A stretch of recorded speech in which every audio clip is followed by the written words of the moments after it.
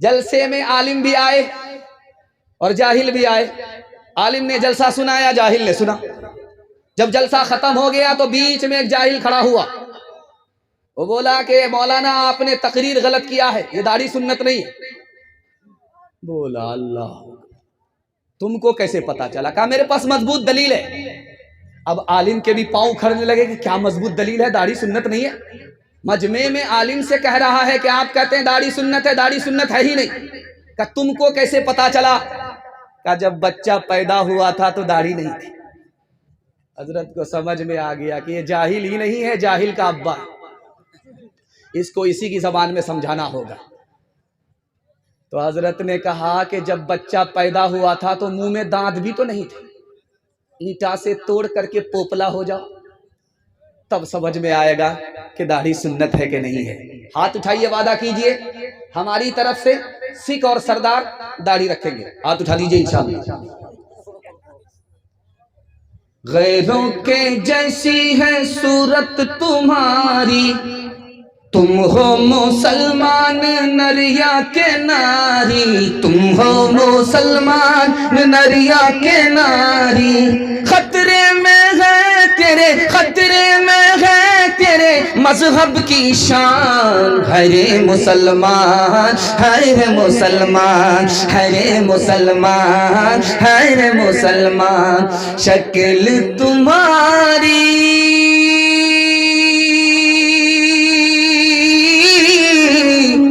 عورت جیسی، تم نے بنا لی صورت کیسی. موچ اڑائے داڑھی بنوائے، داڑھی بنوائے موچ اڑائے، عورت جیسی شکل بنائے. تمہیں کیا ہو گیا ہے، تمہیں کیا ہو گیا ہے؟ گھر کا کھائے اپنا بچائے، اس پر موج منائے. تمہیں کیا ہو گیا ہے، تمہیں کیا ہو گیا ہے؟ ہاتھ اٹھائیے، وعدہ کیجئے انشاءاللہ داڑھی رکھیں گے. ہاتھ اٹھا دیجئے انشاءاللہ. سیدھا جیل میں جا کر کے داڑھی رکھیں گے. ہاتھ اٹھائیے انشاءاللہ. خیر ماشاءاللہ. مسلمان دعا کر رہا تھا، بغل میں ایک خدا کا دشمن بیٹھا ہوا تھا. وہ بولا کس سے دعا کر رہا؟ کہا اللہ سے. کہا اللہ ہے؟ جب اللہ ہے ہی نہیں تو دعا کس سے کر رہے ہو؟ وہ بولا کہ اگر اللہ نہیں ہے تو یہ دنیا کا نظام کیسے چل رہا ہے؟ تو دشمن خدا بولا کہ میگنیٹ سے چل رہا ہے، خدا نہیں. کہا ابھی 2 منٹ میں تم کو بھی سمجھ میں آ جائے گا کہ خدا ہے کہ نہیں. ہاتھ میں لاٹھی تھی، سر پر مار دیا. جب چوٹ لگی تو کہا یہ کیا کیا؟